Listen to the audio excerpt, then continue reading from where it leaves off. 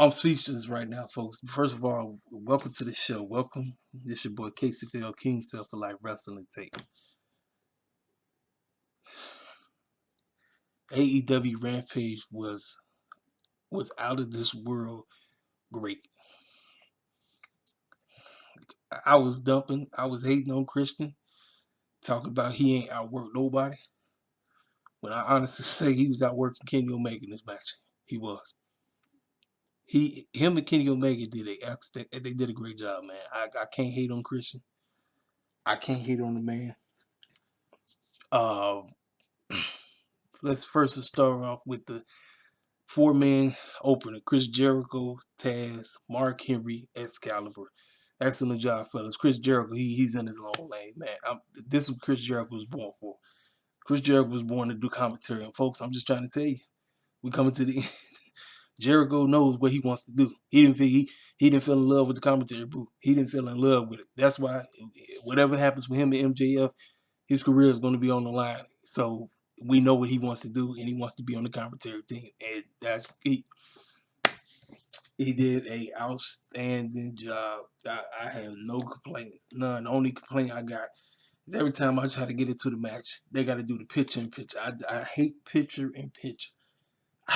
I told y'all, man. They get me so invested, and then we got cut to commercial. Then I got to see that little tiny man box. I'm like, dog, man. Let me tell y'all something, man. Part that I didn't like the Young Bucks coming out there causing a distraction. You got Don Callis over there trying to distract Brian Hebner, all up there just distracting. They brought the chair in because they thought Kenny was going to be able to use the chair and everything. But Christian took advantage of it. Christian took the chair and he took Kenny and he did the unprettier with his face sitting in the chair. And we got the upset victory right at the beginning. Christian Cage is your new undisputed Impact World Heavyweight Champion. I'm like, man, and I'm not mad at all. That was a great opener. Like I said, I was one of the main ones taking a dump on Christian. I was like, man, when this fool gonna show me something? He been talking about he finna come out here and outwork everybody, and he came in there and the only other messed up part is the AEW champion just lost. But maybe this is the downfall of him with all his titles, because if I'm not mistaken, tomorrow he's going against Andrade for the AAA championship at one of the AAA shows or something like that. So maybe he might lose that title. So maybe this is the downfall of Kenny Omega. You know, I thought Kenny Omega was gonna walk in there, do what he got to do, and walk out with the titles. But they said, no, we're gonna hit y'all with a splash. And boy, did they hit us with a splash tonight. Christian Cage is your new Impact World Heavyweight Champion. So after that, Mark Henry was in the back, and he was talking to him. He said, first of all, congratulations to you, Christian. I'm so happy for you, man. You got the job done, man. What do you got to say? Christian said, Mark, I'm so glad you're here, man. I love you, man. He said, I'm excited. I told y'all what I was coming to do. Listen, man, Kenny Omega is a phenomenal wrestler. He's one of the best in the game. But that man's been living rent free, and I've been living rent free in his head. And what I did tonight is the same thing I'm going to do all out. I'm like this, y'all. When you get matches that are good, I don't mind rematches. I just don't mind I don't want them to happen so quickly. All Out is like what, 4 weeks away or 3 weeks away. It's like right around the corner. So I'm like, you know, match was great. I loved it. They did work, both of them, especially Christian. Christian finally outworked somebody for a change. I'm like, I've been waiting. When is Christian going to outwork somebody? This whole big spew that he's been saying, talking about I'm coming through to outwork everybody. Him and Kenny Omega did work. You know what I'm saying? So after that, we move on to this matchup. Let's scroll down, keep scrolling. Move to this. We got a promo now. I've heard Fuego say a few things, but as I was listening to him, that was a great vignette. That was excellent to get us hyped up for this young man possibly doing what CC just did. He talked about how everybody's been overlooking him. Everybody's been calling him a joke. Everybody's been saying he doesn't belong here, but he can't wait to pull the upset on Miro and become the new TNT champion and become a new AEW superstar. We get to the matchup. Right out the gate, Fuel del Sol did not mess around. He came in there putting in work, making that man Miro look like he had no business being in the ring. He was going in, doing all. He did a couple of DDTs on him. He was trying to get the referee like, hurry up, man, we in the ring. Ring the freaking bell. Read the bell. Read the bell. Referee playing along and being goofy and all this silly stuff, just clowning, acting goofy. So he does it again, and it knocks him. It really much. It knocked the wind out of Miro. Miro went flying out the ring and everything. So Miro was out the ring for so long. The referee dang near got to 10. He counted almost to 10. When he got to 9, he jumped back in the ring. The man did another DDT. I mean, this dude was going in. They made you think the upset was gonna happen again. They made you. They had you feeling that way. You got behind this young man. You wanted to see him win. But he tried to do a jump move, and he jumped right onto him. Miro caught him.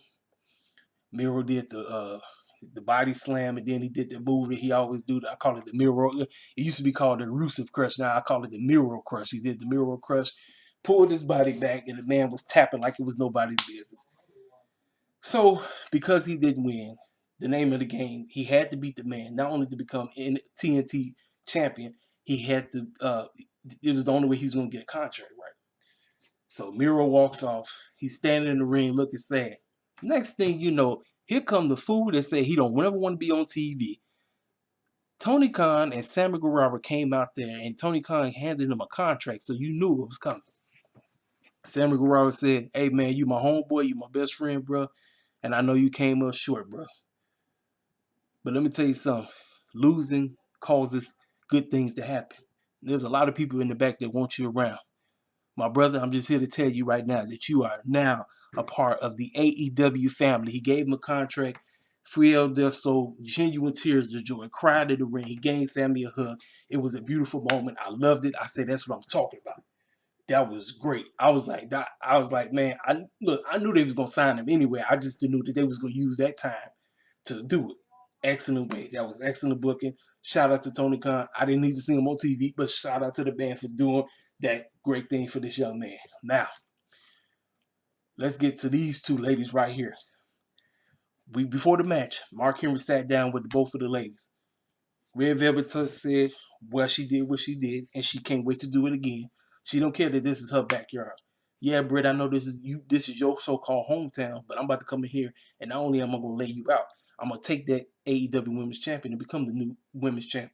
That's what I'm gonna do. Mark Henry said, are you cool with her stealing your thunder? She said, no. She said, she didn't steal my thunder. She said, look, she can do that. She cursed. She can do all that S or all the other crazy stuff she wanted to do. But I'm about to show her why I am the DMD, and the crowd, they was behind it, everything. So Red came out there looking finer than that thing. I said, look at this girl right here. I'm like, look at her. And they booed the mess out of her. And it's unfortunate. I got to touch on it. I talked about the situation. Yes, she's a black woman. You know how it is. You know how to work. But she came out there. She looked good. I say, let's go. And then right after her, here come DMD. Britt Baker came out. The crowd went bananas. Now y'all know Red Velvet is the baby face, and Britt is the heel. But she got the baby face reaction. They wasn't gonna look. They was gonna cheer the mess out of Britt Baker no matter what. Let me tell y'all something. If you was not paying attention to this match, despite because we had another picture. Red Velvet showed y'all she belonged in AEW. Red Velvet will be AEW Women's Champion sometime next year, maybe 2023. I'm telling you right now, Red Velvet will be AEW Women's Champion. So for the people who's talking about AEW don't book black folk in the title scene, let me tell you something. You just got a whip of why she belongs in that picture and why she should be AEW Women's Champion down the line. Red Velvet went in there and she did work. I was waiting on Britt. I said, Britt, where are you at? Come on, girl. Red Velvet was kicking her tail like it was nobody's business. I said, let's go.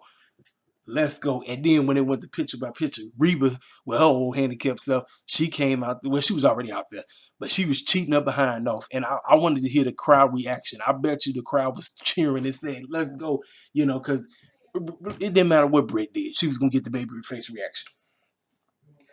Red Velvet was out here doing all kind of stuff. Red Velvet Dane that was about to do the lockjaw on Britt Baker. I said to myself, this young lady got it, man. She got it. I'm like, bruh, this is why I want to see Red get victories on Dynamite now. Since y'all done showcased, this woman. She got it, man. She got it. Ain't no question. I knew the moment I seen this woman, I said, this young lady's gonna be special. She's gonna be special. You hear it in me. She's gonna be special. But after all that, after everything that was going down, even with Red messing up Britt's broken wrist, because Britt kept talking about, she kept saying broken freaking wrist as if she was a female version of Kurt Angle. Even with Red doing everything she could to aggravate her wrist, it still wasn't enough. Miss Lockjaw got the lockjaw down and had Britt tapping, had Red Velvet tapping like it was nobody's business.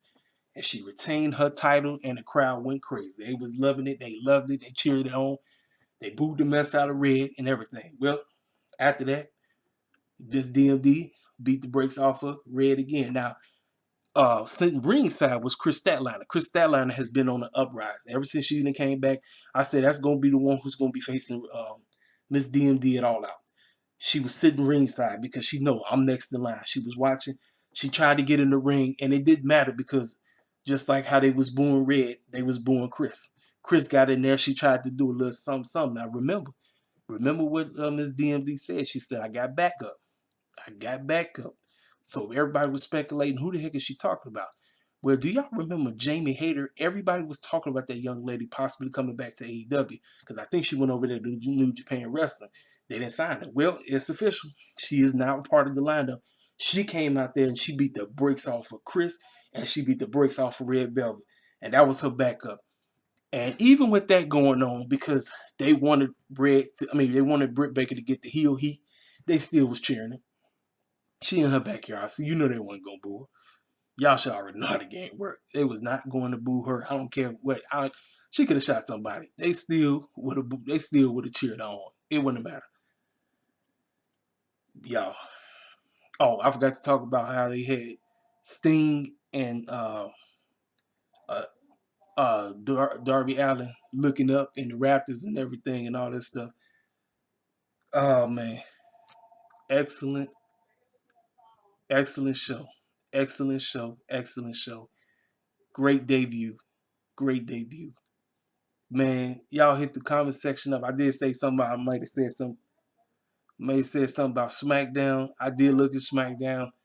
The only decent things on SmackDown for me was John Cena and Roman Reigns' little promo back and forth. It was decent. Got you hyped up for the show. Now, for the women over in SmackDown town, Bianca and Sasha, the contract signing I think was weak. They didn't need to have what's their name? Selena and Carmella. They didn't need to be out there. It could have just been Sasha and Bianca cussing each other out, calling each other names and all that stuff, beat the brakes off each other. I would have been fine with that. Nope, we had to go get them two up. And I said that was dumb. But once that show went off and we got this excellent show, the time flew by. And get this, y'all know I'm about to be live next week because they're coming here to Chicago. I will be at the UC. I'm going to get video footage. Now, I might be sitting way up in the sky somewhere, but I'm getting video footage, folks. So prepare before I do the review to have video footage of everything that transpires next week. I'm going to be there live. This is my first ever wrestling show, folks. I'm telling y'all, man, I'm excited like a mug. Dog, this is crazy, man. Listen, look, hit the comment section up. Tell me what y'all feel about tonight's debut of Rampage, man. I thought this was excellent. This was way better than both Dynamite's episodes we've seen in the last 2 weeks. Kudos to Tony Khan and them for booking an outstanding show. I told y'all the few things that I had with problems with the show, but for the most thing, I enjoyed everything, man. Hit the comment section up. It's your boy, Casey Bill King. I will see y'all next week. Holla at your boy.